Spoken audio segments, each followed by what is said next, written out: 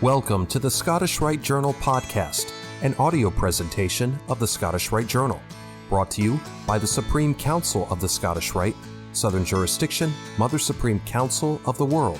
This week's article is Old Dues Cards and Petitions Tell Our Masonic Life by Brother James Marples, 32nd degree, and comes from the September-October 2023 issue of the Scottish Rite Journal.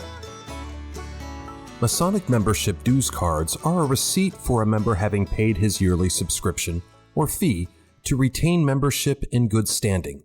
Masonic dues cards also serve as a quasi-certificate of good standing if the brother decides to visit a meeting in another lodge or jurisdiction.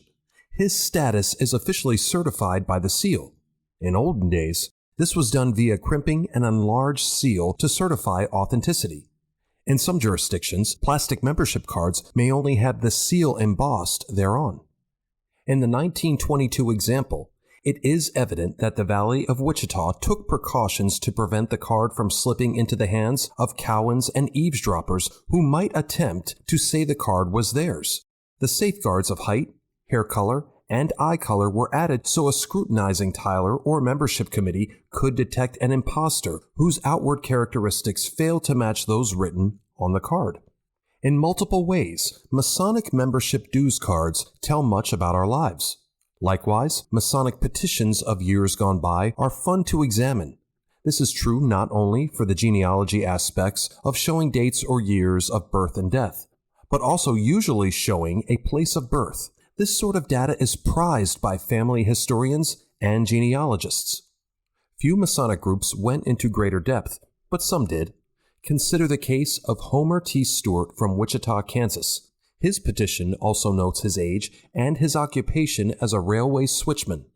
Further, it asks of him his height, the color of his eyes and hair, blue and brown respectively, and his particular religious persuasion. Various options were available, and thus Brother Stewart marked Christian. Such a petition personalizes the getting to know each other feature of the Scottish Rite. At the time, it was also a zenith of progress for the Scottish Rite in Kansas. It seems incredible by today's standards, but some valleys, including Wichita, had classes of more than 400 men at one time. This may not happen again, as we have developed into a society more consumed by immediate gratification. There has been a change in technology, priorities, and even, in some cases, moral vision. To my way of thinking, there is just something special about the personal mystic tie of Masonic brotherhood. It transcends mere friendship, for it is a special friendship based on mutual solemn promises made between caring individuals.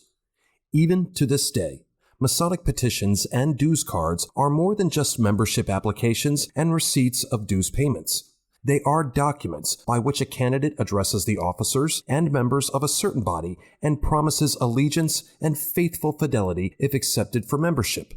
Masonic petitions and dues cards leave a lasting paper trail of our steps we take in Masonry. Like so much in Masonry, dues cards and petitions are an important reference point as Masons today look back to Masons of the past for inspiration and continuity of tradition in an ever-changing world. Like and share this article, and don't forget to subscribe to the channel. If you wish to comment, please leave one, and as a reminder, hit the notifications bell. Any accompanying photographs or citations for this article can be found in the corresponding print edition. The Scottish Rite Journal is published by the Supreme Council of the Scottish Rite, Southern Jurisdiction, Mother Supreme Council of the World. Mark Dreisenstock, 32nd degree, KCCH, Managing Editor. I'm your host, Matt Bowers.